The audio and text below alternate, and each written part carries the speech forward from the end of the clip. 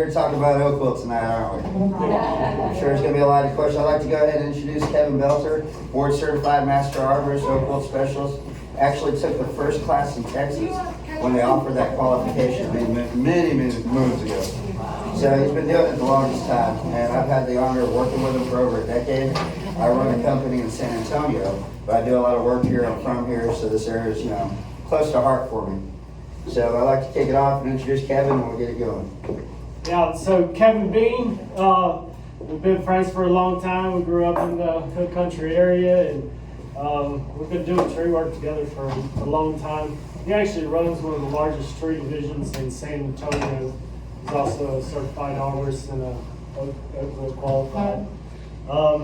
So tonight we're gonna cover Oak Wilt. I assume most of y'all know a little bit about it coming in here, but we're going to focalize on stuff nobody in the state of Texas is talking about. And that's going to be how white oak affects, or how Oak Wilt affects white oaks, and what are some revolutionary new ways Oak Wilt managers are working to deal with stopping Oak Wilt's progression without trenching. And so we're going to mostly focus on that stuff. Of course, if any questions, we're going to have some time at the end for questions. If you don't have a sheet of paper here or a card, we'll get that to you.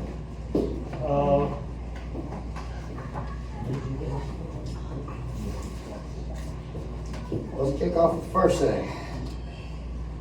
So on the back side, we're going to look at this white oak update. So the number one resource right now for Texans, and honestly, a lot of people from different states are going to this website to get information. And this is the number one primer. This is the Texas Forest Service's website, texasoakwilt.org. Okay. Being in the industry for over a decade, I've come across stuff that's not covered. And so, these questions have arisen, and I've wanted to find basically answers and solutions to some stuff. And I think there's a growing edge, with research and even with our state. And so I took on just a massive campaign of learning everything I could, from 50-year-old documents to stuff that's being worked on today that's not even published out there right now, and talking with the researchers. And there's a whole lot of good new stuff that we should kind of have, some hope.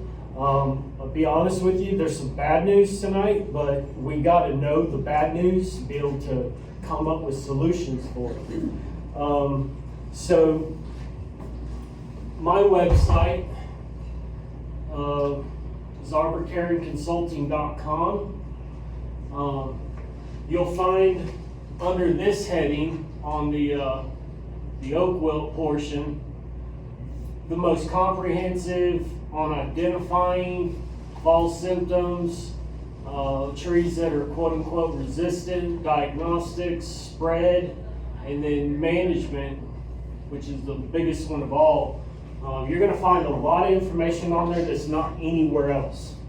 So I really focused my website on kind of these growing edge aspects. So the historical position on white oaks. White oaks are basically, it's going to be your bur oak, your chinkapin oak, your lacy oak, your post oak, shin oak.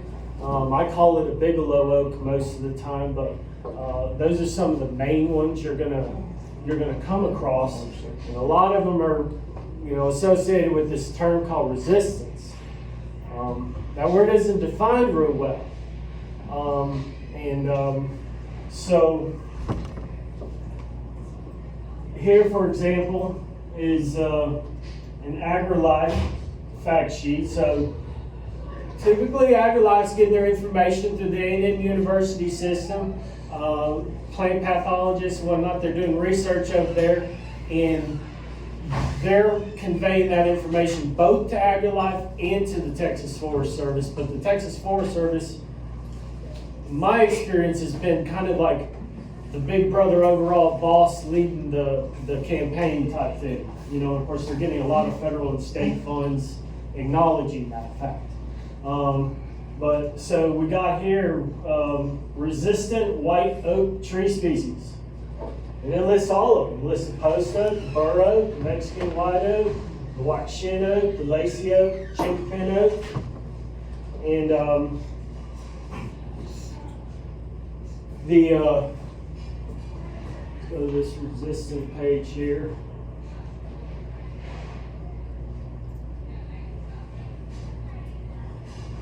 So there's this really cool site called Web Archive, and you can see what websites look like previously in different times when they snap pictures.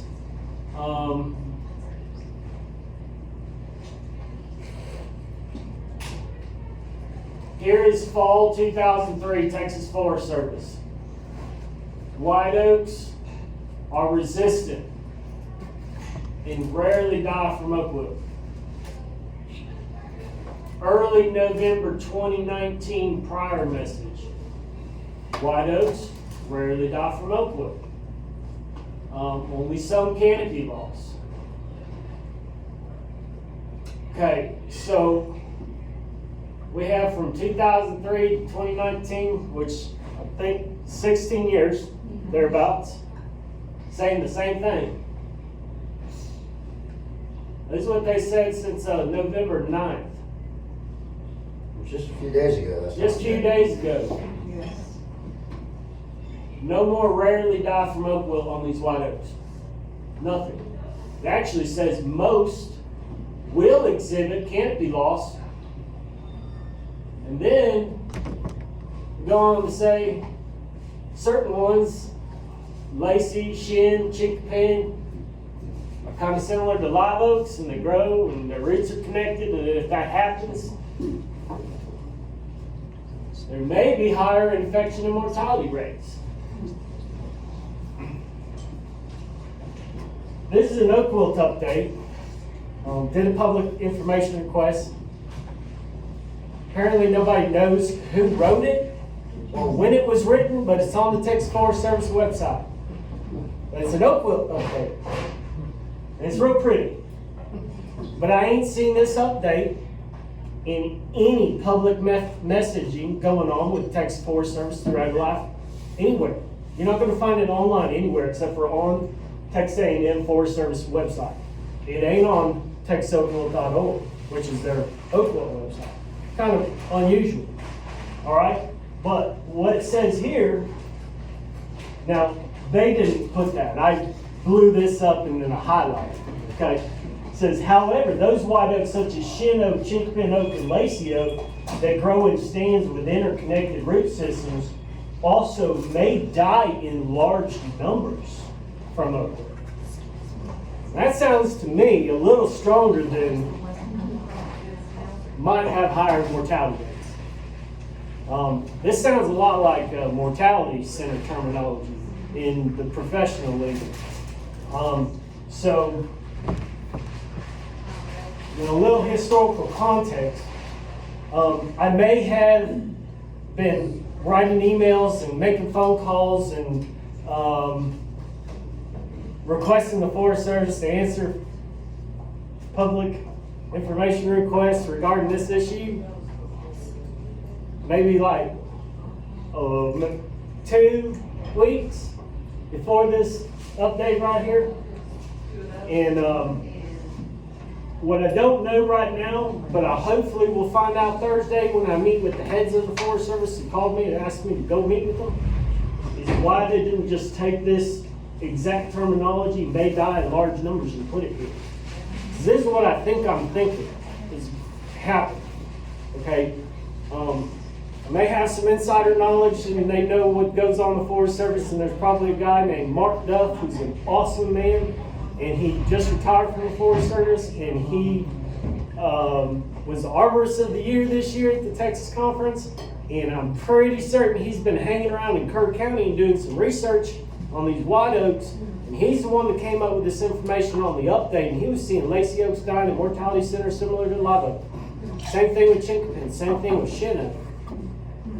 And this update got there, but so there's some unknowns there, but I can tell you I definitely concur with this.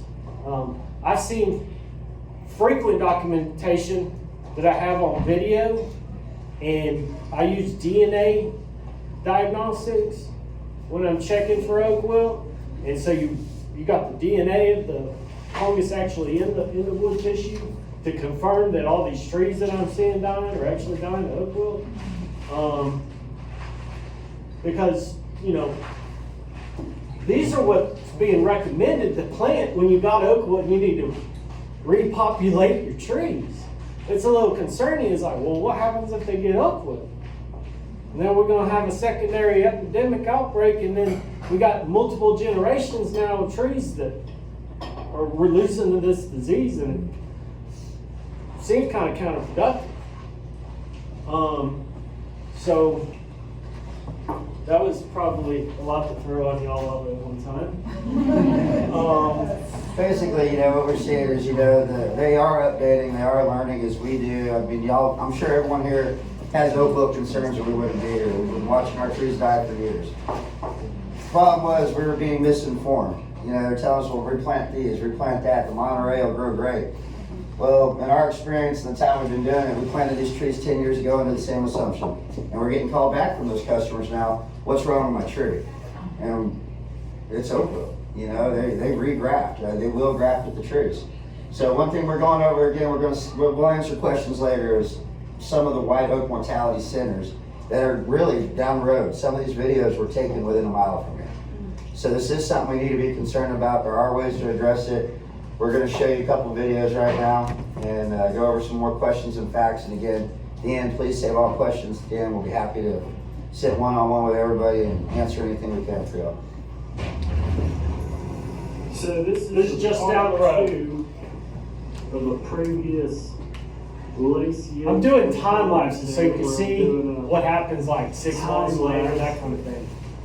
Time lapse isn't much, it's just a couple of months, but you can see some lacy oaks way over there. Full mortality. More of them. Moved all the way through the ravine. That entire cleared hillside back there used to be covered with lacy oaks. They got cut down and they're in the valley. They're in the valley. We've got half the foliation. Probably here. 100 to 200 of them.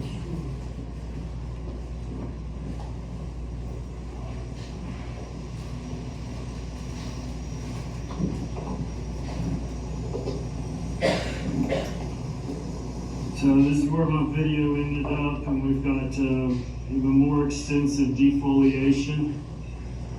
Clay mortality here.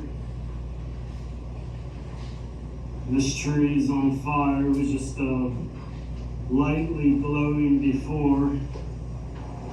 And now, as you can see, it's extremely toasty. I'm just seeing no resistance whatsoever in these lacy oaks. They're dying just like a live oak. If they survive at all, they look like a live oak survivor. And consistent rootgrass.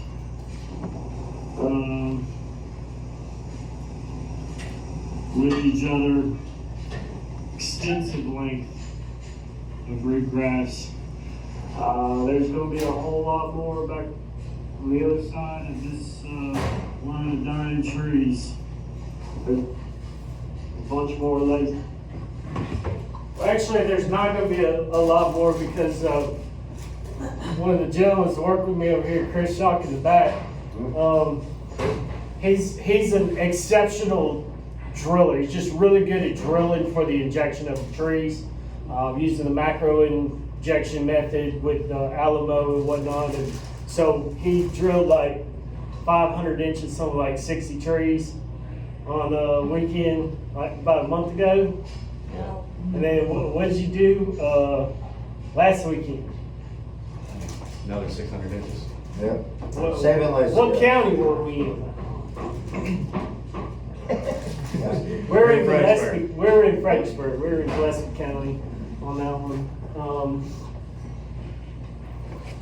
That's another thing, the Texas Forest Service never recommended treatment or injections on these trees either. It turns out at a proper dosing, the right people, right knowledge, you can inject these trees and save them.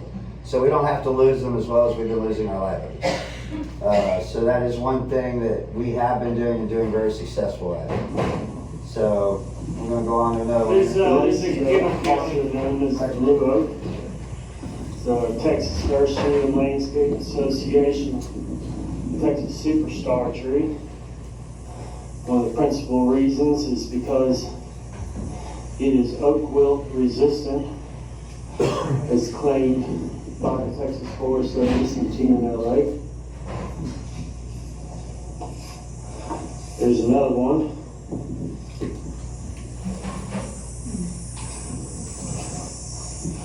And here is a concerning phenomenon. Maybe all these lacies didn't show up the day they were handing out the oak wilt resistant gene, or possibly we need to do some serious reevaluation of that designation.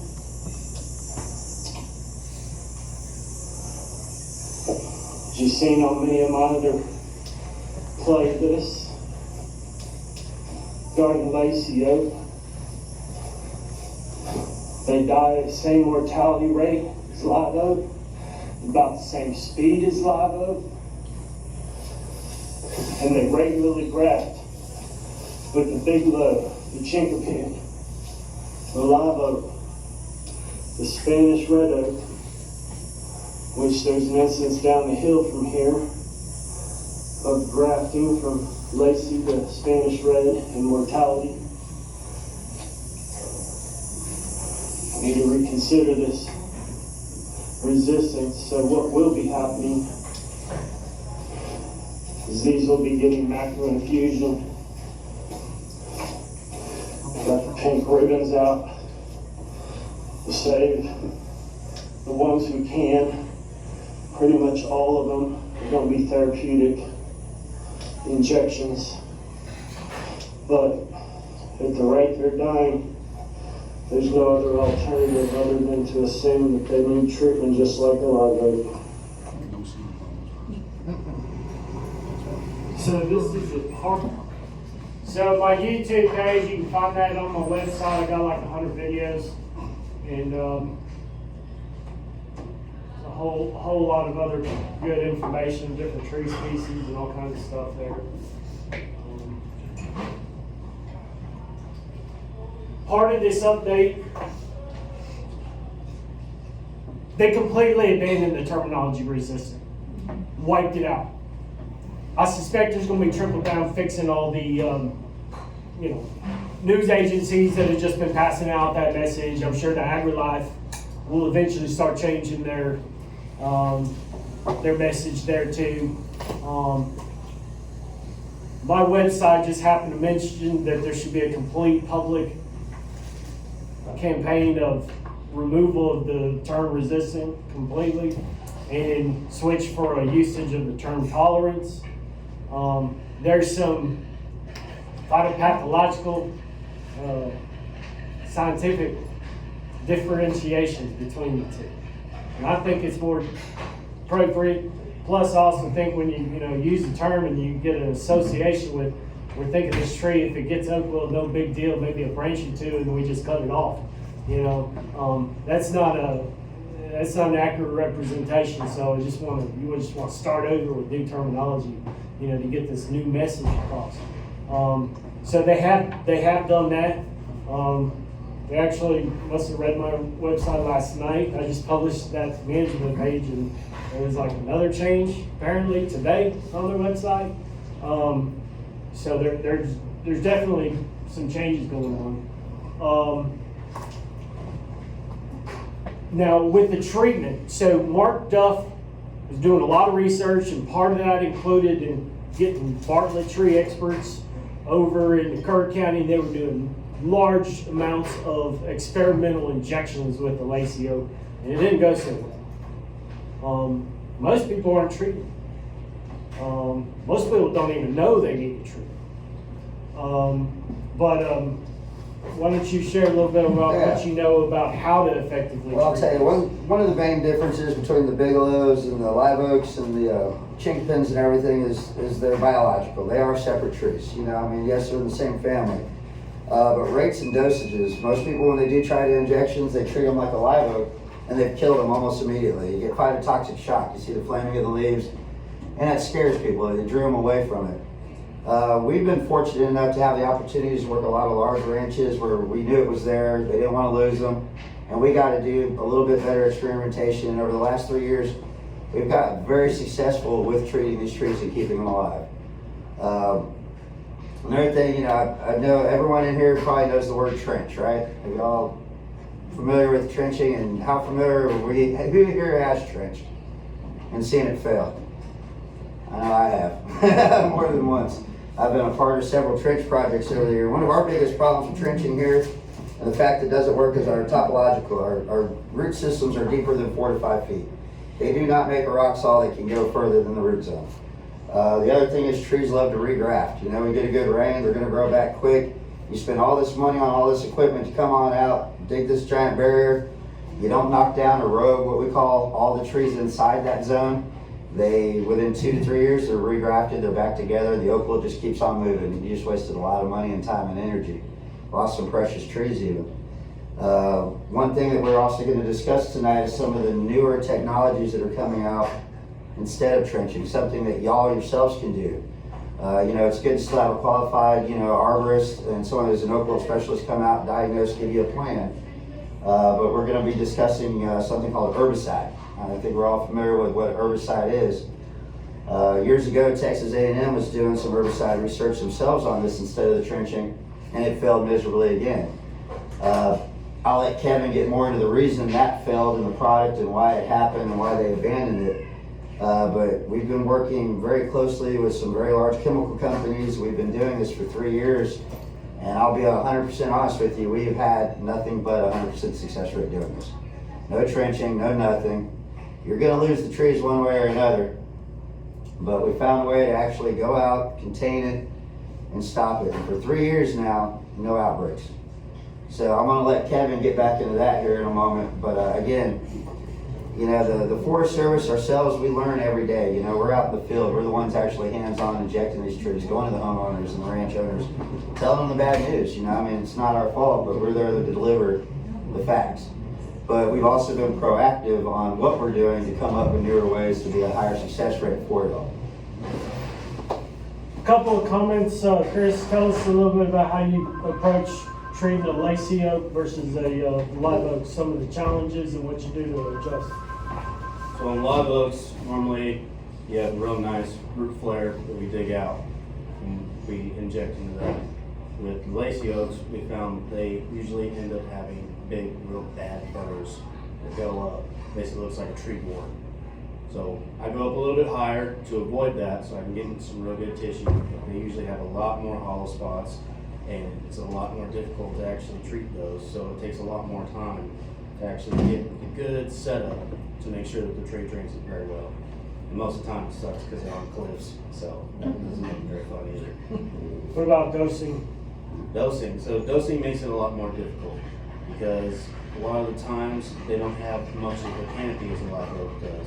They can be a 16-inch in diameter tree, be it only be 12 feet tall. So you also have to take that into countermeasure and, you know, just So dosing by body mass as opposed to diameter inch. Yeah. Which is something that was always done before with the live oaks. You have to treat them different. We're gonna go with a lower product, better distribution, and make sure we're not killing the tree with the product when we inject it.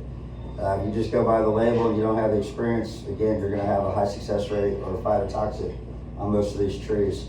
So again, with more experience, you walk up to this tree, you look at the canopy, you're like, not too much leaf, can't put as much product. Gotta be careful with the drill tubes. But if you got that experience in, we can go ahead and save these trees. You really can. It just came with a lot of time, a lot of dosing, a lot of drilling for this young man right here. It was a lot of work. All right, so go to the texasoakwilt.org Forest Service website, facts.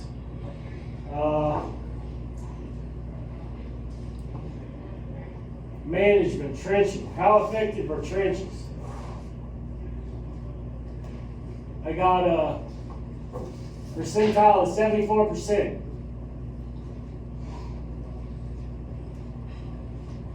For how long? That's my question. Is that 74% success for 1 year? 50 years? But would y'all agree that that is an important question? If you're going to spend thousands and thousands of dollars, what's the length of that efficacy? They don't mention 74% for, 1 year or 5 years. There's just no exposition on that at all. You'll find no documentation on there. The only documentation you'll find is at the Second National Oak Wilt Symposium, where in 2007 in Austin, Texas, where they were discussing with other peers in other states and researchers and stuff, and they mentioned in one of those talks that they had started looking at it from a 5-year time period, but obviously that's a lot of trenches to look at, a lot of paperwork, etc. And then so sometimes they were doing it only for 3 years random. To this day, I do not know exactly what that answer is, but I will be meeting with the heads next Thursday in Austin, Texas, to talk with them about it. Hoping they're going to give me the accurate information of what they're doing and exactly how they're evaluating their trench efficacy plans, because I think that's absolutely critical knowledge. I can tell you myself, if I go look at a trench that's 5 to 8 years old, it's failed. Period. It's just failed. My belief is in the 5 to 8 year time period, that number's probably going to go down to like 20%. But we'll see. But I don't think they're doing any of the testing. So there's a gentleman with the U.S. Forest Service who's head of the research division, and brilliant man. His name is Dan Wilson, and he did one of the presentations at that 2007 Oak Wilt Symposium. And in there, he wanted to strongly push and advocate these things called trench inserts, which are basically, some sort of a membrane or a tarp or whatnot that would prevent the tree's roots from reconnecting. Because he was 100% certain that regrafting happens, and it happens fast. The pretty interesting photo on our website. Let's see here.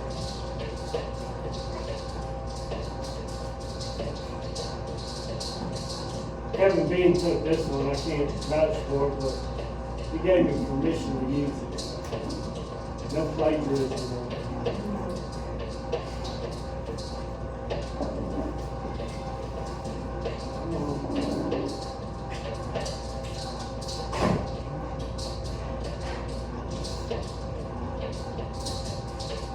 All right, you see that picture? This is a recent trench. Recent. You know what them green things are coming up in there? Those are oak root suckers. So the roots are cut. And this is what the trees do. It's in their DNA. They want to repair it. So they're producing sprouts immediately that are going to create food on the spot. Instead of having to move it all the way from the top of the canopy to the root, they're producing that sprout right there to feed that and repair that cut immediately so they can go find their buddy across the trench. Because they don't know nothing about the Oak Wilt fungus over there. You know, that's what's happening. So like, less than a year, you got something like this happening. What do you think is going to happen in about year 3? Those roots connect maybe year 2, maybe year 3. They get big enough for that fungus to actually travel through. Around year 5, by 8, you can forget it. There's ways to change and get better results though. So there is some good news, but I think more accurate information is absolutely critical in this fight. You can't fix what you don't know is broke. And so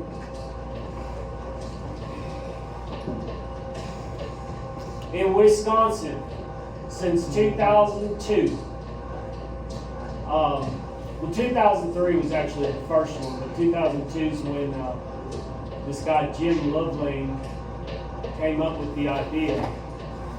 The Wisconsin forester, they were unable, up there they use a plow. It's basically a 5-foot knife they stick in the ground, and they cut the roots that way.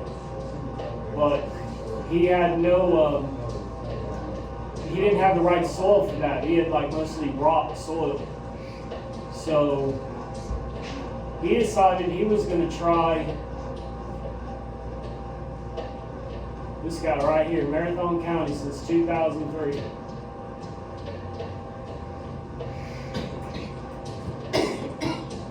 They do a girdle cut and spray herbicide in it. He's got 100% control of Oak Wilt centers in all of his forests in Wisconsin since 2003. The U.S. Forest Service is like, wow, that's kind of impressive. And one of his buddies, her name is Kyoko Scanlon. She's a Wisconsin forester. She got a bunch of grant money from the U.S. Forest Service to do a 50 Oak Wilt center. They said, well, here, how much money you need? We'll give you the money. Go stop Oak Wilt in these 50 places. And so she's 4 years into it, and she has a pretty good idea what her results are going to be after that amount of time. And she's super excited. I'll put it that way. She will not let me have any of the material until it gets published. That's how scientists are.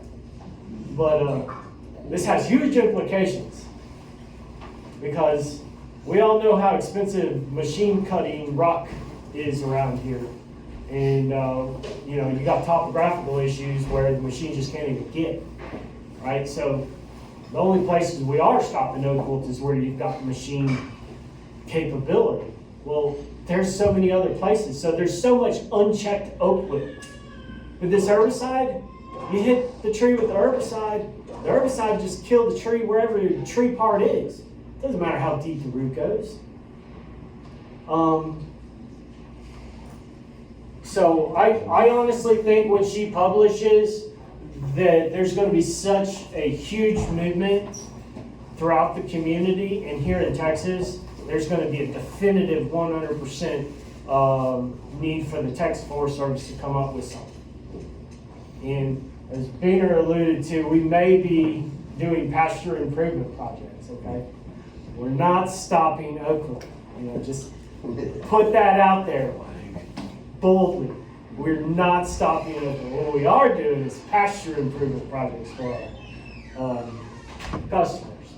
They have unwanted trees, and on the label of the herbicide it says, for unwanted trees, you can do this and this and this. And we found that if you do pasture improvement projects over the top of Oak Wilt centers, just so happens like just stop it. And I have a squirt bottle. I got a cordless drip. I got some herbicide mixed 50-50 with water. You can use the cheap water. The herbicide doesn't cost much. And do 2 applications. And I am using something different. My application method's different. Honestly, it's not easy cutting with a chainsaw around a tree trunk. That's not easy. 2, they're using Garlon 4, and the red oaks, they have real big seed cells. They move water real easily. The live oaks are not the same thing. and we have a very vigorous root system. The red oaks are kind of easy. It's like low-hanging apple, you'd call it. They're easy to kill with herbicide. Garland flower will fail all day long here. And I've only got this verbally, but I know the Forest Service, they tried back in the late 80s and 90s to use herbicide, but they didn't really try. They really tried with the trenching. They started with 3 feet deep and 75 feet out, and then they decided, no, let's go to 100 feet out. So they went to 100 feet out, but the 3 feet still wasn't working. So then they went to 4 feet, and that's where we're at now. We got 4 foot trench depth, 100 feet out. That's how you do your cost share trenching. But they tried herbicide, but they only tried it like one time, and they said it wasn't even worth publishing, which to me tells me probably it wasn't done with enough like aggressive attitude to be successful. You know what I mean? Like, you got to be committed to something to work, to get it to work. Most of the time, this doesn't work the first time. You know, that's what research and science is all about. You try again and again. And this is real inexpensive. So for like this whole time I've been an arborist, over a decade, driving all these counties, and I work a whole bunch of counties. And I'll be in Utopia one day, and then I'll be in Sandsalton another day, and all I see is the devastation. And it's getting worse. It's not getting better. We don't have any control over this whatsoever. It's like a drop in the bucket. And so it grieves me because I really love what I do, and I do it, you know, to save trees. Is really why I'm doing what I do. And I decided I was going to come up with a way so I could train a rancher, or my method with the herbicide, I'll be honest with you, you know, it's more brutal than the trenching. So you know, it really isn't appropriate in San Antonio, Texas, probably. The only thing Kerrville city limits in most cases. But ultimately, the massive amounts of acreage lost to Oak Wilt is predominantly in the rural, large properties anyway. So, you know, it's more appropriate for that. So it's not like we don't need trenching, but I think we need more tools in the toolbox. So that's what I'm going to be telling them on Thursday when I meet with them. Look into this as a tool. I don't know how if they're going to be receptive at all to this. I mean, I can tell you that this validates that, you know, maybe we should give it a serious try. And, you know, we've had 2 national Oak Wilt symposiums in Texas. We're coming up with the time for the next one is going to be in 2022. We got to have a reason to have it here. We're not doing any science. I'll tell you that right now. Nobody's doing any science. Most people doing science is going to be like me and Karen back here, doing a lot of science on this stuff. But so I'm hoping that they, you know, respond positively to this and are willing to give it a shot. But the stuff that I'm using is it's the worst herbicide in the world, and there's a reason why nobody's ever tried this herbicide before, because it's so powerful. And they use it to clear those major transmission lines. It's called non-selective is the type of herbicide that it is. So it'll kill, it hates and despises all plant tissue equally. You know? It's a root murder.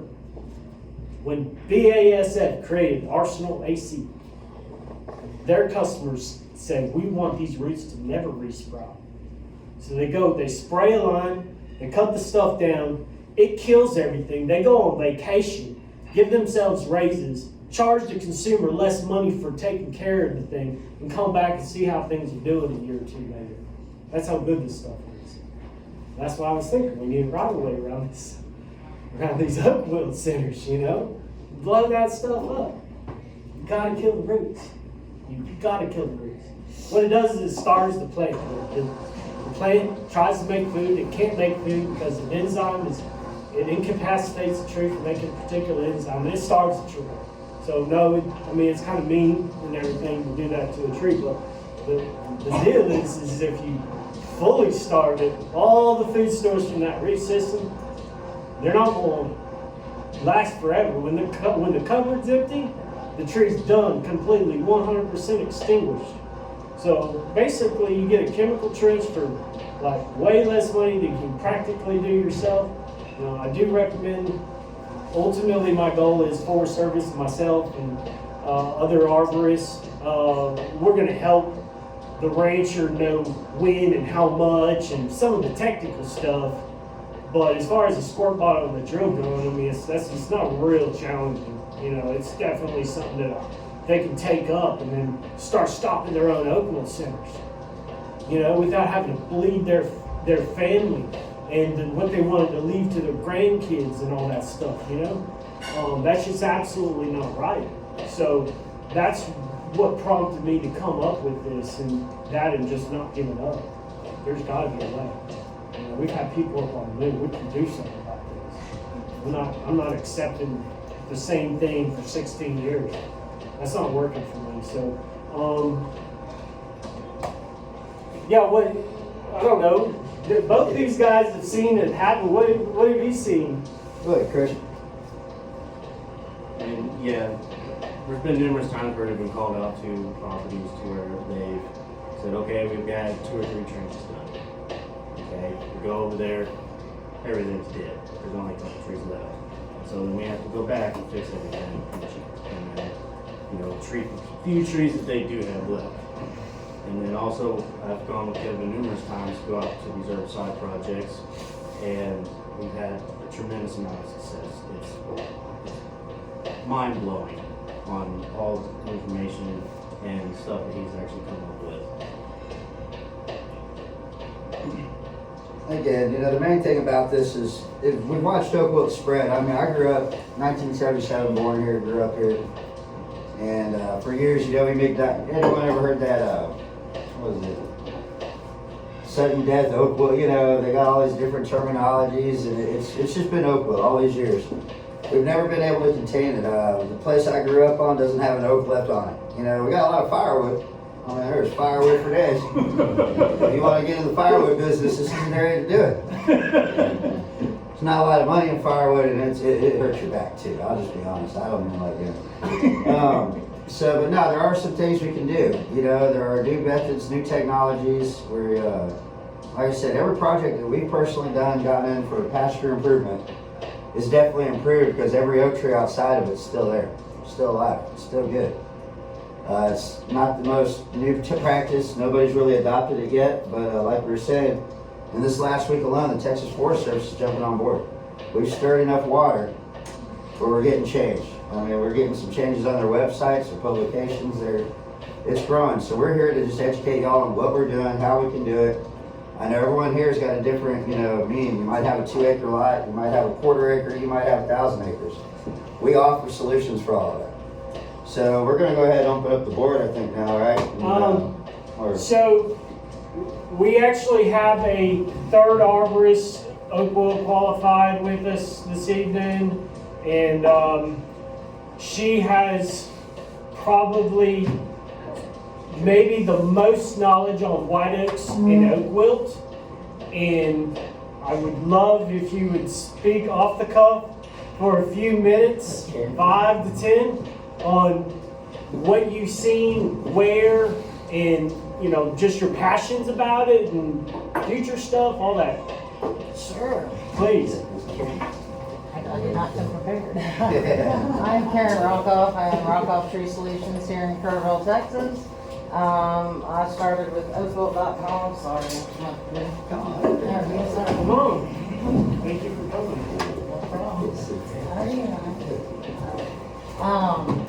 And I was going to ask some of these questions. In 2017, June of 2017 is when I diagnosed my first lacy oak off of... It was off Turtle Creek. Upper Turtle Creek. Beautiful land. He had just cleared a bunch of cedar trees, and he had been treating his own trees. And he called, wanted to buy more Kinjets, and I'm like, why? And I knew he goes, well, we got lacy oak and Oak Wilt. And I said, sir, let me come and check it out, because I don't really believe you. I don't think so. So I went out there, and sure enough, he had Oak Wilt with lacy oak, and like Kevin showed on the picture, just a whole slew of it. But the trees were dying at a lot faster rate. So we tested, back then we didn't have the DNA testing. So we waited patiently for A&M to give us the test back. It also had phytophthora root rot. So the cedar clearing that he did around those lacy oak trees actually made them worse, made them get phytophthora or root rot, because those cedar trees had been there forever helping suck up all that water. In 2016, we had the heavy rains come after all the drought. So anyway, long story short, that was our first lacy oak that we diagnosed.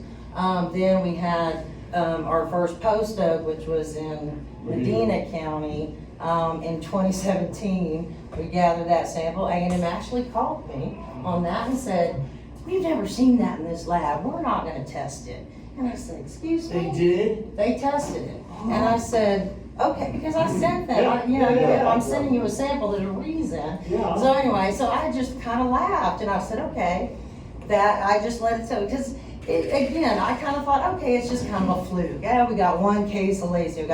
Well, then my first case of Monterey oak was June of 2018. And again, I get the hesitation from A&M. It's taking them on my white oak samples. Normally it should take us 2 to 3 weeks on our schedule, on their books. It's taken them 4 to 6 weeks on my samples because they're hee-hawing around at this time. They don't, I'm actually surprised they've even sent me back a lot of positives because they do a lot of, they're a little bit resistant on this. This is a big change for us. And for some little certified arborist in Kerrville, Texas to come up with all this oak wilt. But this year, about 3 or 4 months ago, I was at River Hills Mall and I was going through the parking lot and I went, "God, I hate going to the post office. I hate it. That's Wayne's job. And I look across the street and I went, there's my first burr of oak wilt. Just one yellow flag. Not another live oak, not another red oak. I'm sure y'all are all familiar with the post office. So what I did, I took my pictures, I went back at night. Dun, dun, dun. I did, we all did. Cleaning the tools, behind the building, and we're all running down. I'm like, can I get charged with some federal crime for taking a sample off an oak tree? I'm still a little worried about that. But again, by itself, single tree, probably about 20 years old, and all I can think of is the park right there, Hayes Park's got a lot of oak wilt. We took down a huge 400-year-old oak tree with oak wilt, and that's like right on the line. If you take away all those buildings and the car wash, that would be right on the root raft. And so when they planted, I guess when they built a new building, I don't know, I wasn't here 20 years ago, they put on all these burrows, and sure enough, there's about 3 other ones that actually look worse than the one I found, that I tested. Because they all start to flag different times of the year. And I see just different symptoms. And I just got so much OCD about looking at trees, but when I do see that one little yellow flag, I'm like, dang. And again, Kevin, I think I'm a little more OTD than he is. I know he's very computer, and I'm more in the, oh my gosh, I'm always looking. I'm always looking at canopies. So we started doing, I drive to Houston a lot, I started doing random tests on the way to Houston. On post oaks. Post oaks all by themselves on I-10, dead, flagging, boom. I just went, oh. So now, I can show you, we have a field sample. So I can show people the oak wilt before I send it into the lab. Now I'm doing my little petri dishes at the office and we're sending that in. So A&M does say it's negative. I go, we've sent it off to other labs and it's positive. It's not that I don't trust them. It's just the fact when my samples aren't getting plated up, when I'm walking them into the lab, and I'm at another convention and I'm hearing from the lab associates, oh, they're still in the refrigerator. I drove that sample up there for this burr oak and it still hadn't been plated up. It took 6 weeks for us to get that example back for the burr oak. And again, it's a big change for us because we have seen it in the acorns around here. We're growing it now in our greenhouses. We're trying to see how much genetic is going on because these trees, these white oaks, they can survive this oak wilt. Live oaks as well. We're just all kind of scared of all of them. All kind of believe that these burr, chinkapin, post lacies wouldn't get oak wilt. And again, Wayne, we started doing the research listening to Wisconsin, and I went, wow, it's right here in Atlanta. There's research out of Wisconsin that talks about trees planted in monocultures can spread the oak wilt disease faster. Yeah. There's a very obscure little mention of a test back in 1949 on acorns. It says that they didn't find the oak wilt in acorns. Well, if that was the last time they checked, we need to get some more research. That's why we're collecting insects and acorns for trees, acorns, planting them and seeing what they come up with. Because we Yeah. want to know, are we bringing in the oak wilt? And when I took in the burr and the Chinkertons, they told me Dr. Apple was retiring. That's the lab. Did you know that they changed the website? I don't read any of that stuff. I did, I saw it But recently. you know what shocked me, what shocked us as arborists is, again, I mean, I've been up in Kerrville about 11 years, but really until I got this Oak Wilt, got handed to me a few years ago, I had no clue really about how devastating this disease really was. And then every time I went to a client's house, I was thinking, I need a bottle of wine for everybody because you got Oak Wilt, you got Oak Wilt, you got Oak Wilt. And what do I have to say? Oh, we got the most expensive thing for you. It's going to be so expensive. And I understand why so many people have been so scared of it. But what I've been trying to do with our diagnostics of the white oaks is make A&M aware that all of their stuff, like Kevin says online, is a bunch of hoo-ha-hee that we've had out there. So I hope that helps a little bit. But, Yeah. Kevin really does. He's got all the research. He's been doing a lot more reading. I've just been trying to send in as many samples from our county. So A&M, when they told me, well, Kirk County's not bad, and I went, are you kidding me? He goes, we don't get any samples. I've sent in at least 40 or 50 samples every year since they told me that. You gotta know you need to look for it before you look for it. So thank you so much. There was a Jenny Jesuit, a lady by the name of Jenny Jesuit. She's the greatest researcher in oak wilt studies ever. Okay, she had one of her grad students doing her final dissertation study, and what they did was they did a comparison between the AgriLife traditional culturing petri dish testing versus the DNA testing. Okay, this is a U.S. Forest Service website giving complete 100% recognition of the veracity of this study that was done. Right here.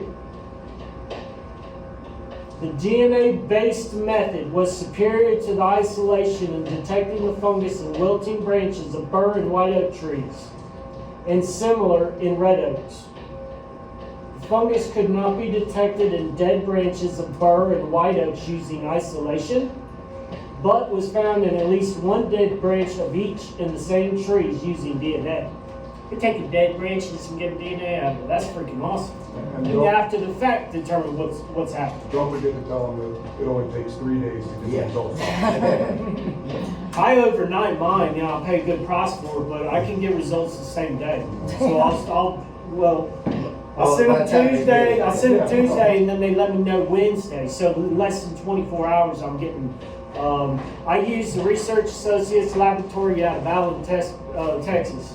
But what I'm getting at here is you can send in white oak samples to the Texas AgriLife, and like she was saying, they're coming up negative, but they're still oak wilt there. It's what's called the false negative. And it's not their fault.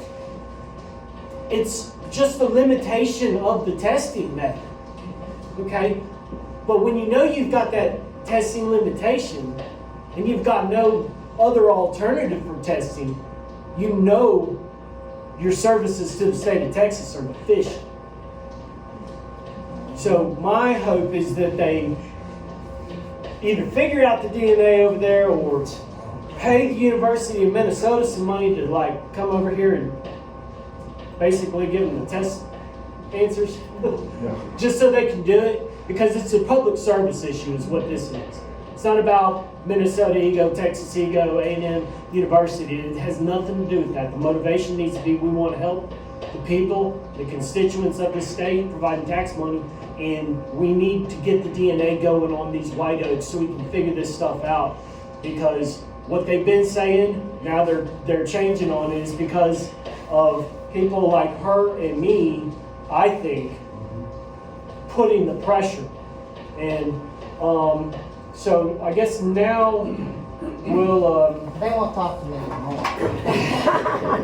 And that's just, you know, and that's okay. I'm okay with that.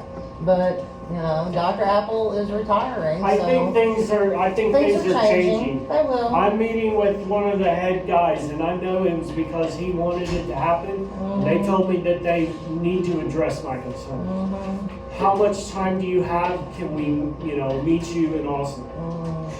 I think they're gonna do some stuff. I don't know about the herbicide stuff. You know, I don't know if they're gonna go there, because that's pretty drastic, but I think it'll help when my U.S. Forest Service public information request I get the information from them, who's providing the grant money for our trenching program. When they give me the information on the efficacy long-term on this trench, because I think they're interested for, it's all about transparency.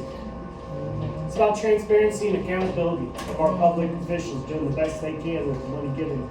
And, you know, it may take them going out there with an air spade, looking at their old trenches and realizing, yeah, these rates are grafting. Yeah, up there failing. We can guarantee it from 5 to 8.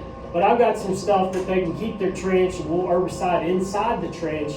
Won't have the collateral damage, which is a big problem with this Herculean herbicide. And then their trench will stop and it will be permanent. And so you can have the trench and the herbicide working in conjunction. What I didn't show you is up north they're doing that. Up north they do 2 trenches. They do a primary trench, they do a secondary trench, and they do what they call a cut to the line inside those 2 trenches. Which means they cut the tree down, they use it for wood because they're extremely resourceful and love Mother Nature. And then they put herbicide on the stumps. So they're using herbicide up there in their trenching program on a regular basis. Why we're not doing it here? And we've been trenching since the early 90s, no herbicide at all, yet we've got the most vociferous, strongest, most likely to regraft oaks. It doesn't, I don't understand it. Don't understand it. Questions? Let it open the board. Is there a downside to the herbicide? And does it just stay there? Does it go any lower? I mean, what's the? My pasture improvement projects are going to be probably somewhere from at least 100 feet minimum, like the trench, but I will go up to 250 feet out.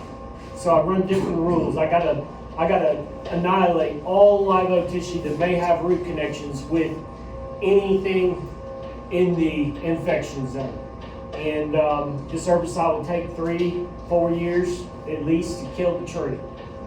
The trees have that much food storage. You want to know why these trees don't die when they get hit by lightning, and then they have an entire 2-year-long drought with no freaking rain, and then they have one rain, and then you get all these grasshoppers that come and eat all the tree leaves, and it still doesn't die? You're like, dang. It's because they got all these food stores in their root system, so they're just feeding off of that. I mean, I can take the top of the tree down with herbicide, kill the trunk up, but that root system is going to take years to die. So that's One of the downfalls is how far we have to go out to actually truly stop it and make sure. it I'm doesn't- killing, more trees are dying. More trees are dying with the herbicide approach. It's like Civil War when you don't want to die, you cut your leg off if you got shot with gangrene. There was no other way to deal with gangrene except for amputation. So it's not the ideal approach, but ultimately, I'm saving a heck of a lot of trees. So when you put the herbicide in there, how far does it seep? Can it leach? The collateral damage and leaching. It moves like 70 feet. I've never seen more than 70. I'm not going to tell you it would never hit 100 feet with some damage.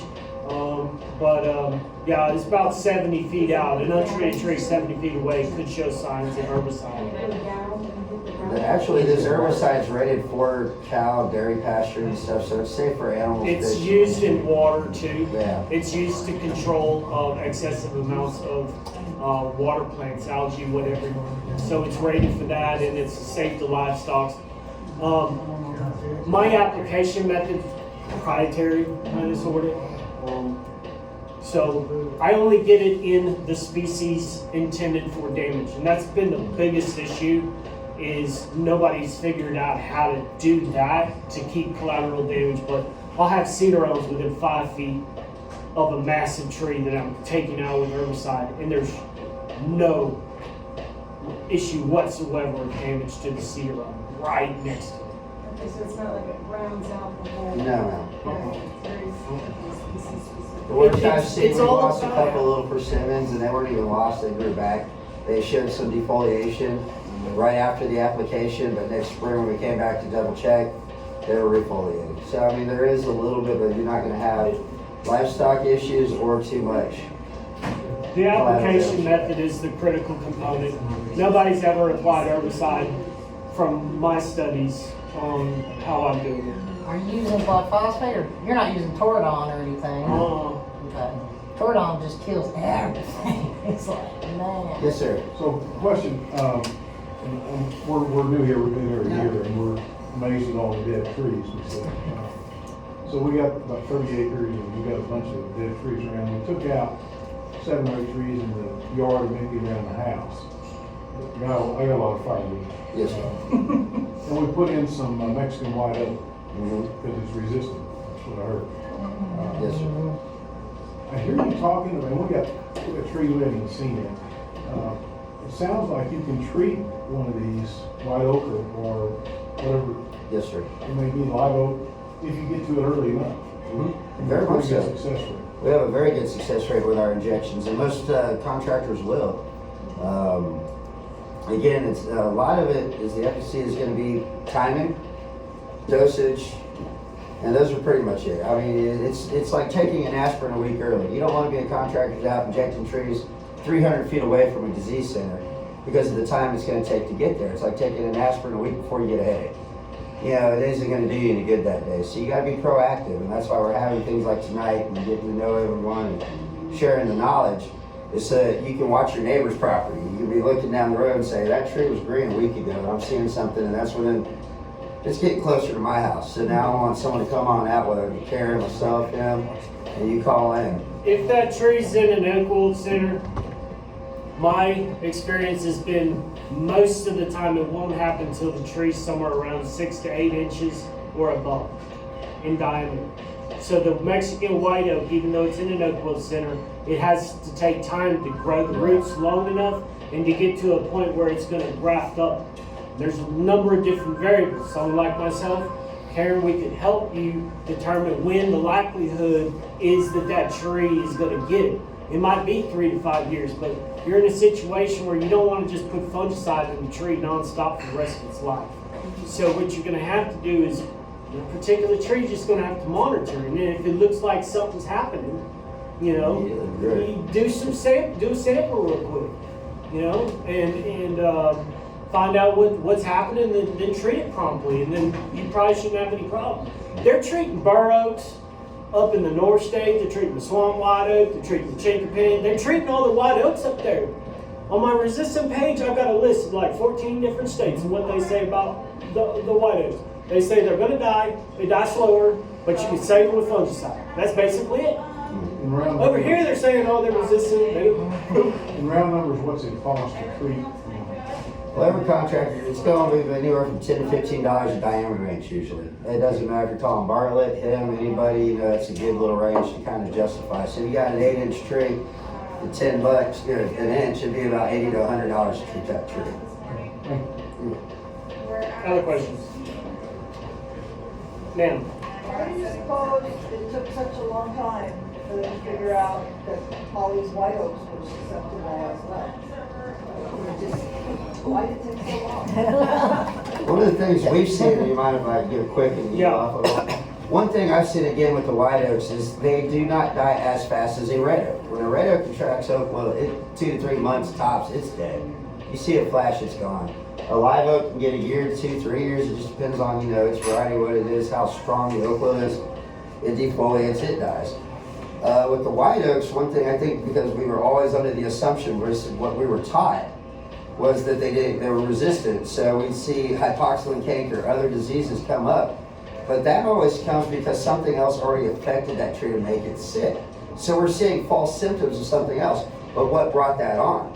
With our new study, the DNA testing, we're seeing it was oak wilt first. Then hypoxia and other diseases, Phytophthora, can come in and start affecting that tree. But of course, they're going to go, it was the hypoxia, it was the Phytophthora. They didn't want to say it was the oak wilt. But with the newer technologies, the quicker testings and stuff, we're able to disprove that. So it, yes, was slower. But again, now that we're taking samples, we're actually able to get a true result. We are figuring out that it is oak wilt. And he can get more elaborate on that, but I think that was the case. You know, we're blaming it on drought and other diseases instead of the oak wilt itself. Now, the diagnostic issue, the wrong, naming the cause of mortality, different point. White oaks are known to have different vascular systems, so you don't put one in a red oak barrel, you put it in a white oak cask, right? So they thought that that would just across the board, all white oaks are going to be more tolerant, okay? And but to be honest with you, they did studies on the bur oaks, the white oak. Bur oaks form fungal mats. Y'all know that? Yeah, they form fungal mats. The bur oak does. Okay. Right now, they ain't changed that on their website. Hopefully, after Thursday, they will. But the white oaks were dying of oak wilt, and they did studies on the bur oak. There's reason for them to have looked at this a lot sooner. There's a gentleman by the name of Dr. McDonald who published a study that he did for 15 years. He got a lot of money from the European Union. They sent him acorns from all across Europe of all their white oaks. He grew them for 15 years. They gave them all oak wilt, and guess what happened? They dropped like red oaks. They all died. This is on my website. I didn't have to pay a heck of a lot of money to put it on my website. Actually, I had to pay to put the study. But it's really amazing. They said that they were shocked, but there's been reasons for them to look at this more thoroughly. Dr. Apple is the premier plant pathologist for Texas A&M University. He's about to, probably retire or whatever. But he did a study for the California. California paid him to test like 11 of their trees and what would happen, because there's no oak wilt in California yet. They were real worried about it, which they should be. And so they did these testing. And a number of their white oaks died just like they were live oaks.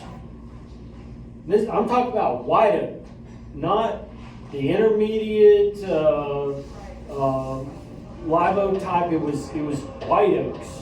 That should be resistant.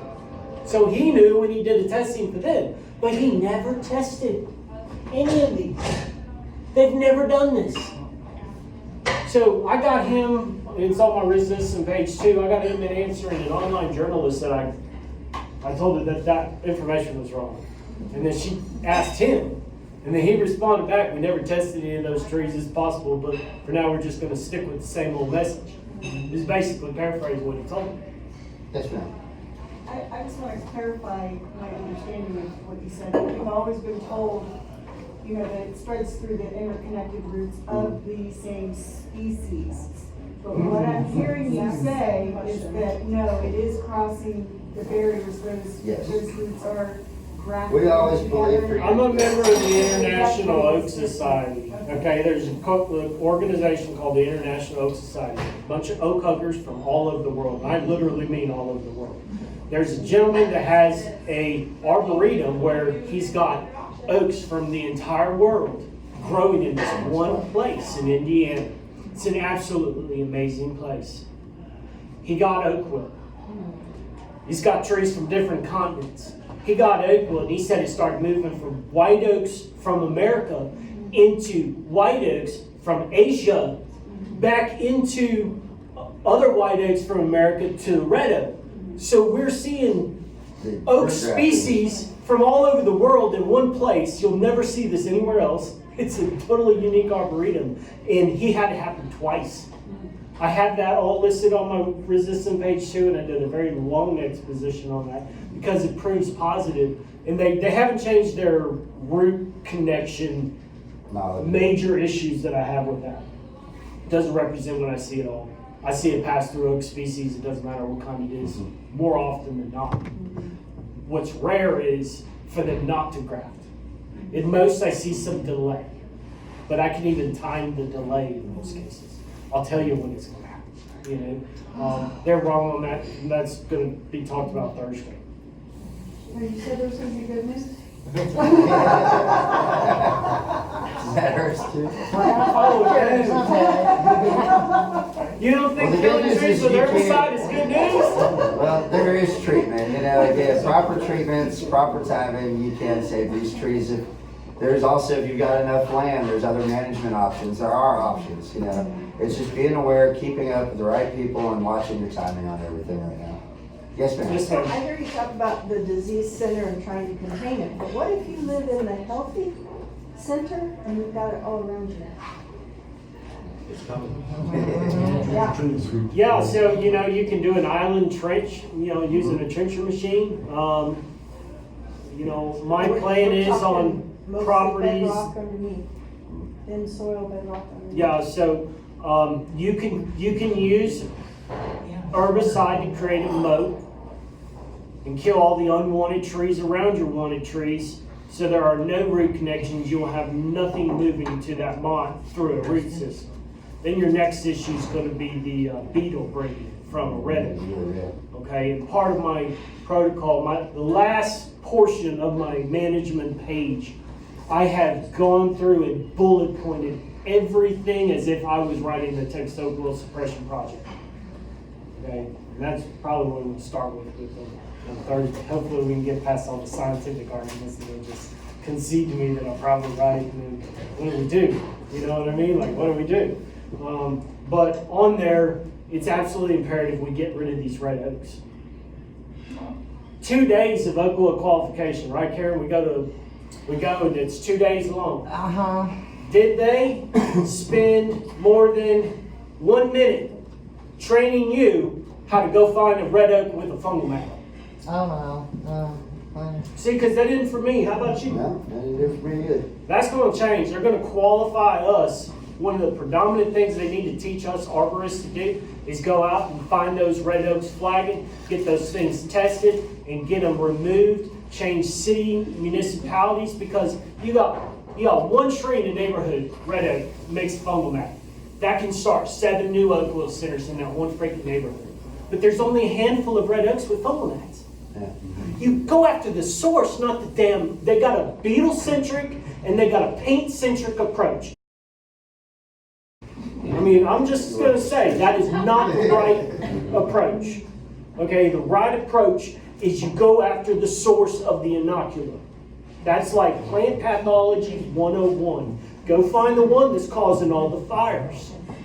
That has got to be the way they handle this. Well, we're also having a big problem in this county. We got cutters traveling with this disease all over their chains. And unfortunately, like the one post oak I sent in this year that came back positive, it took A&M 6 weeks to get it back. By the time they got the results back positive, they had already had the tree cut down by Joe Blow and Ingram, and they wanted the tree. And I said, it's gone. I don't know where it is. The one good news is they did an actual official study on transference of oak wood on cutting instruments. It cannot transfer through a chainsaw or a pole saw blade. Yeah, but these guys are using machete and hand saws and going from tree to tree. Okay, I'm sorry. We got a big machete guy They are around not. town.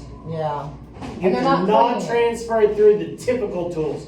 Machete is a different point, but I think predominantly the issue is going to be the not painting even there, Cutting it a because the long time machetes are here. creating a lot of Yeah. long scar cuts. The cutters around Kerrville, there's just, you know, I hate to say it, that there's no one's educated in We've this. seen, So we've that's why, seen too many trees get. well, that's why I'm saying, about the post oak is once What they take the wood. They tell everybody to paint everything, which is good, but what they don't tell How them quick. is it's very critically important for you to hire someone like an arborist, the same way you make a decision on who's doing your plumbing. Okay, a plumber, a pest control person, an electrician. There's so many different guys, mechanics. They all have certifications and credentials to protect the consumer. And why don't we have that for trees? the assumption I'm making is that trees are enough value to the community to make rules about who should have the privilege of being able to care for them, just like a plumber, an electrician. I mean, that's my 2 cents on that matter, but that would fix a lot of that. Yes, ma'am. Yes, I know this may sound really silly, but when you consider the fact that they're using dogs to detect cancer, why couldn't you get dogs to detect these Fungal mats? Fungal mats. We could. That's an option, but I mean, what, you gotta train a dog and the expense of 20, 30 grand to train a dog like that? It's an expensive, but that's an expensive. I'm really good at finding red oaks that died of oak wilt. I do not have the nose to smell the fungal mat, but you're absolutely right, the dogs could. What's causing the beetle to find the fungal mat is actually the smell of that fungal mat. So, I mean, you could just, the paint smell alone is enough to repel the beetle from the wound. So honestly, I think if you spray the right smell stuff on it, it doesn't have to be paint. You know what I mean? Because what's attracting the beetles is smell. It's not the side. It's not like looking for, oh, there's a pruning wound on the tree. It's smelling it, and that's how it's getting there. So all you got to do is fix the smell problem. But it's not that hard to find them, but it's just having the right protocol to get that tree removed. So their number one message is paint, paint, paint, and don't prune during this time period. And I think it's the wrong thing, and we don't have time to get into the fungal mats, but the U.S. Forest Service says the fungal mats form in the fall and the winter. That's the predominant time. So there's more fungal mats actually active during the fall and winter time here in Texas, but they're telling us that it's the springtime. And they're wrong, but it doesn't, I think it's a public service message. They say that the spores form when the beetles are most active. The activity of the beetle has nothing to do with the spore. It has everything to do with things that have to do with tree biology and weather and all this other stuff around it. So there's some differences in views between the U.S. Forest Service and the Texas Forest Service.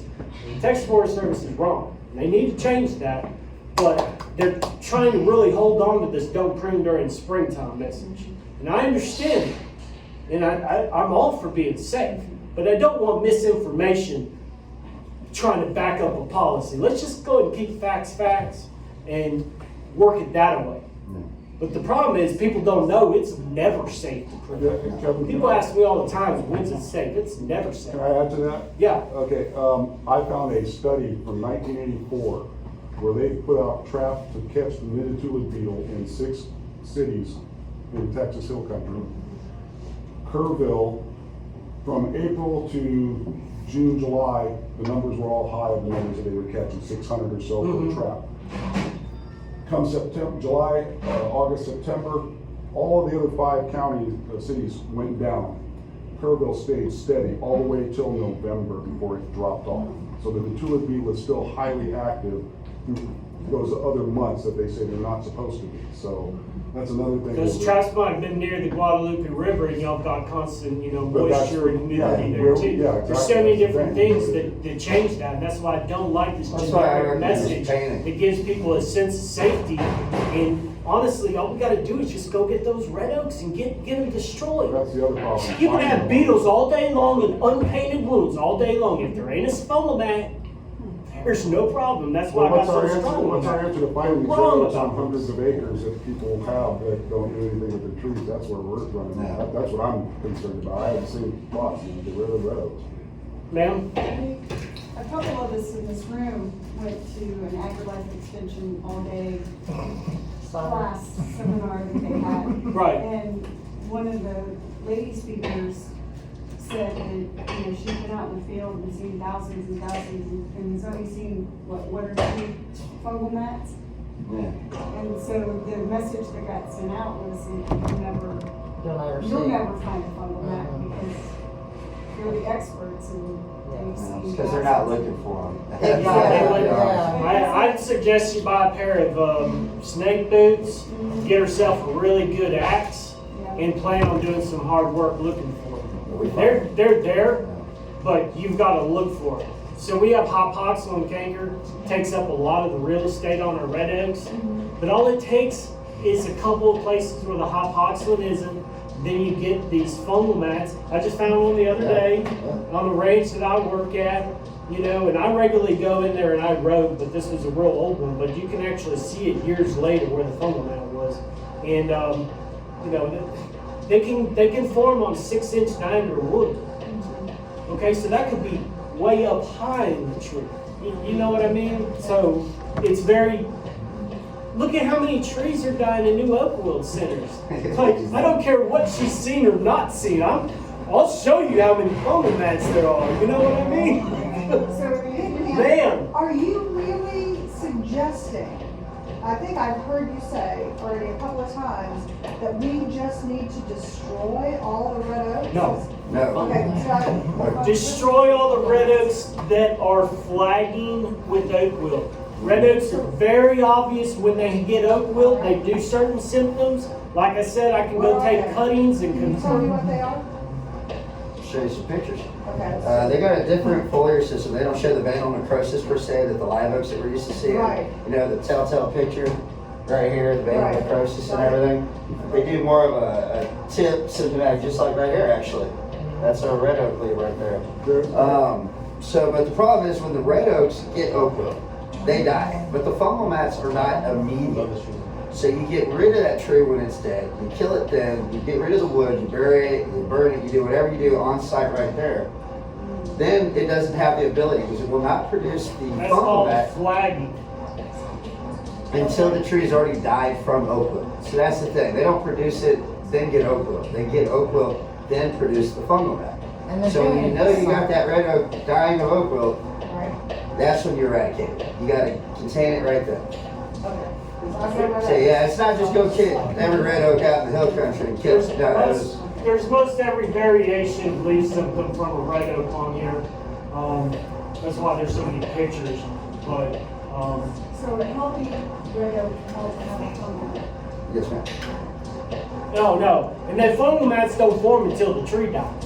Exactly. So you have time from seeing it start to die to probably anywhere from 3 months would be the fastest the fungal mat would form on that tree, up to maybe even 6 to 9 months. But you know, they say that they're going to die in the first 45 days. I've seen and confirmed red oaks with oak wilt that have taken a year to die.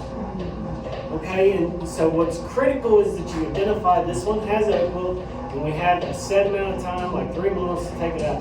Now, actually during the spring and the summer, if you catch them with oak wilt, then you can hit them with herbicide. The herbicide will kill and dry out the wood of the tree prior to the formation of the fungal mat, and you can be done with it, and it's a real piece of cake. The other challenge is you got to cut the tree down, you got to chip it, or you got to burn it, and that's all hard to do. You got burn bans, and chippers are expensive, etc. But Cover with plastic, I mean, very honestly, good. my opinion is that they need to cut some of this trenching funds, and herbicide's cheap, and then they can take the savings from that, and then they need to start applying it to helping out more with elimination of red oaks, because all they offer is $500, and you gotta wait a month for them to do. Elimination is red Everything August. Sick red oaks. Please qualify, you gotta qualify that. Infected red oaks. Thank you. Well, that's a good point, because that's what I want, is I want qualifications on all the terminology. And blackjacks are red oaks. Blackjacks are red oaks. I like red oaks. Canby oaks are red oaks. She's us red oak. Once you treat a tree, how long is that treatment good for? How many times do we treat trees, Chris? Once. Once. Driven by 10 years later, they're still green good. It's about timing. So what are you treating, the root, the trunk, or the canopy? The entire tree. So what we do is we drill into the root flare of the tree, and it takes up the fungicide with the water, and then disperses it throughout the entire tree. And that's like an aluminum sort And of. Alamo's the only This product. is based on Well, the, no, we use Mosaic. and this is your herbicide that you're using now. Now, this is fungicide to treat and allow the tree to live. Is that similar to Alamo? Is that? It is Alamo. It is We do use Alamo. Alamo. That's the first fungicide was Alamo. Because what we've always heard is it's only treating the bark, you know, about this much into the bark, And so that as the tree grows, it becomes susceptible then to, so, I Those mean, are- but that's what's out there. We treated in what, 2003, 2004? And we were told, well, you know, if it You gotta starts running retreat, through again, retreat, you gotta retreat. We won't do retreatments. We actually watch the disease. You need to know where it is. It only moves 7,500 feet a year. Depending on rain, soil conditions, you know, there are some variables in there, but that's a general average. So I would not, again, I use that aspirin analogy. If it's 300, 400 feet, maybe even further, you do not need to treat. I know there's a lot of companies out there that want your money. They want to make, that's what they do for a living. We will come back and tell you, I'll see you in 2 years. We're going to come back in 2 years. We're going to be right ahead of that disease, because what you want is, that, again, that product to be viable. It's the strongest, you know, because it does, you know, break down. It becomes less viable over time. So as that disease hits, you inject it. Then that disease runs through. It does not prevent oak wilt. That is one thing about treatments. It doesn't stop it. It doesn't prevent it. The tree will contract it, but it will live with it. It passes through. Once it has it, it's not getting it again. If you make it live through it, the tree's fine. You do not need a retreatment. You retreat if you did it too soon.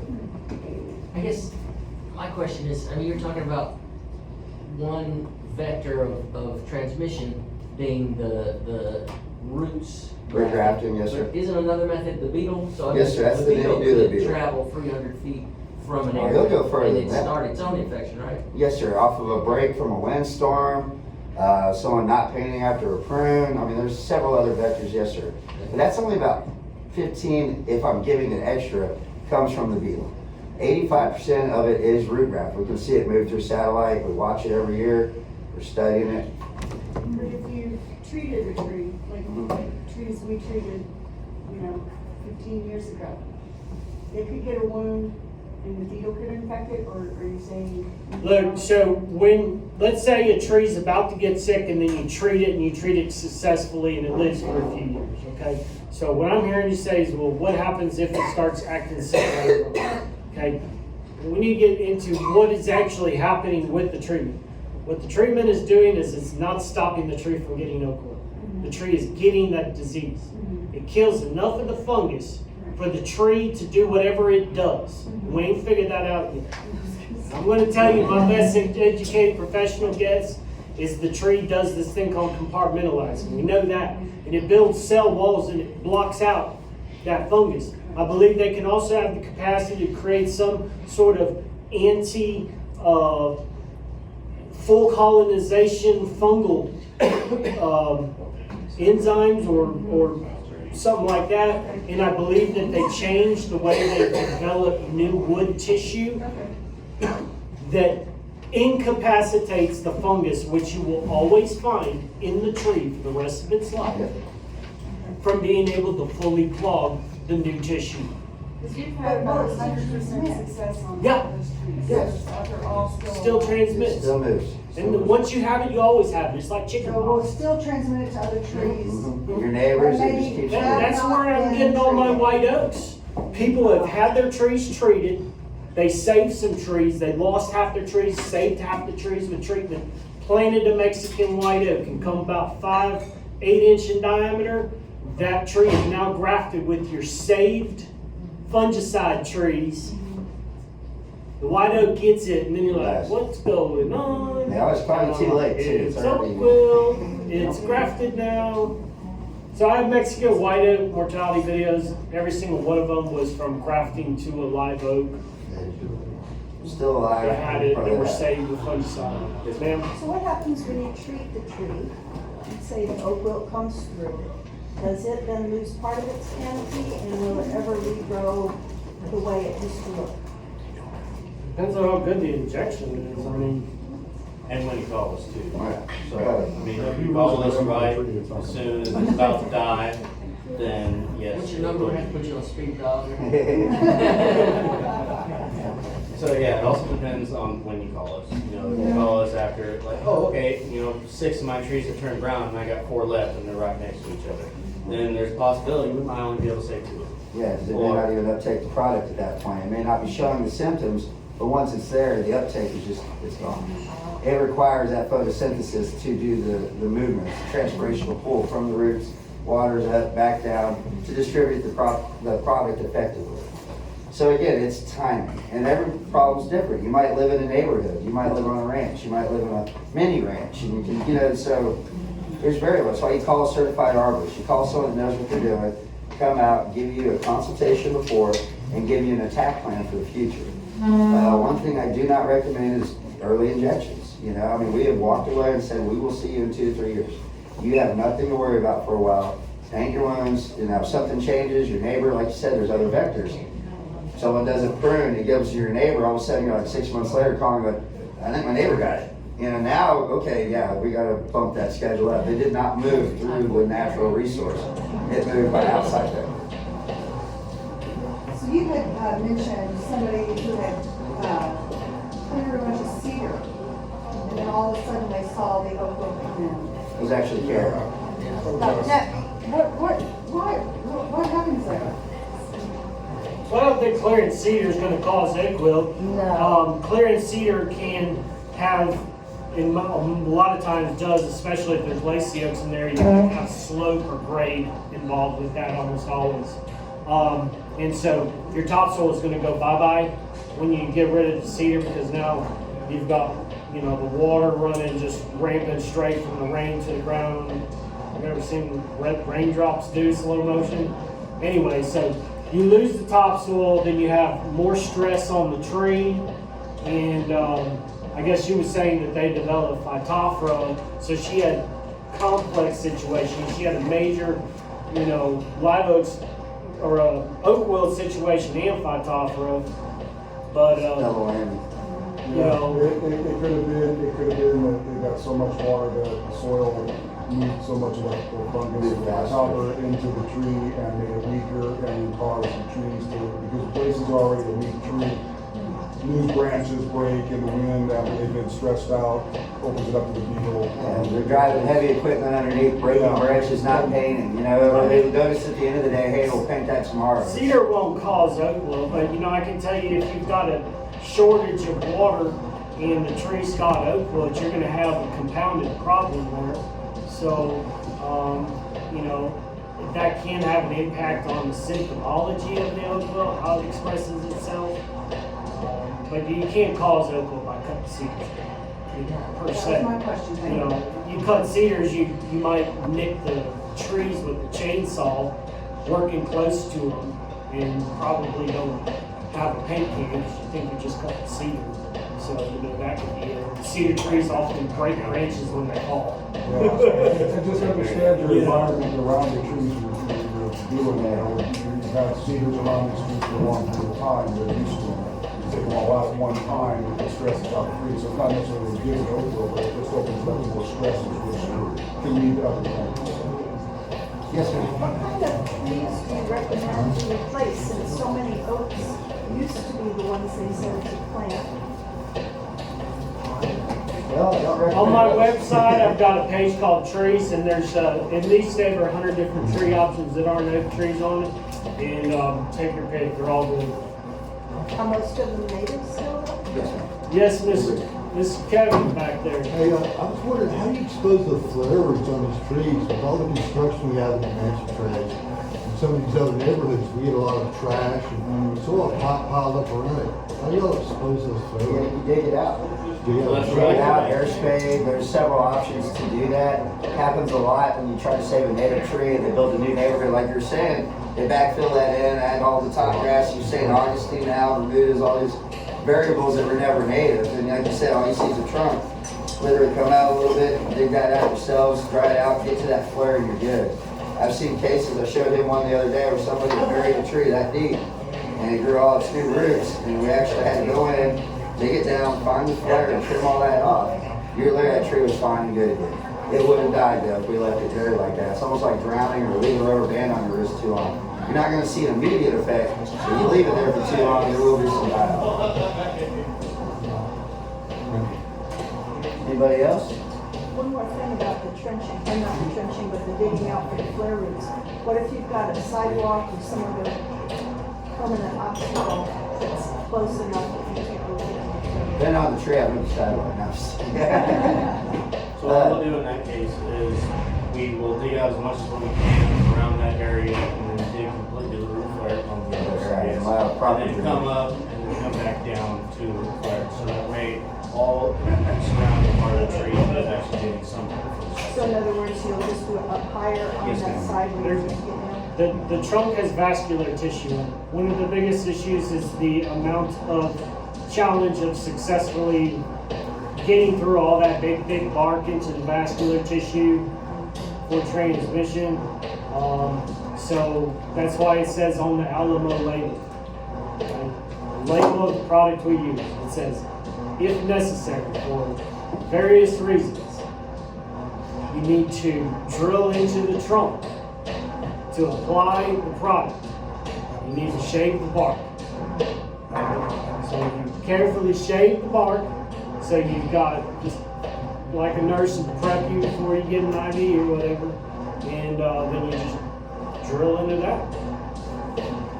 I've got a question. What if the shaved piece of bark off the tree attracts an inability beetle? The nice thing is, you just got to inject it I with don't know, alamo. paint over it? But once it's got the alamo, it's welcome over there, you know? I mean, come on in, let's try this, you know, let's get it over with quick instead of waiting for it to become less effective. So while you're shaving it, you know you're putting alamo in it immediately. So, you know, it's kind of like, If I could give Oak Wilt to the trees right after I treat them with alamo, I would, straight up.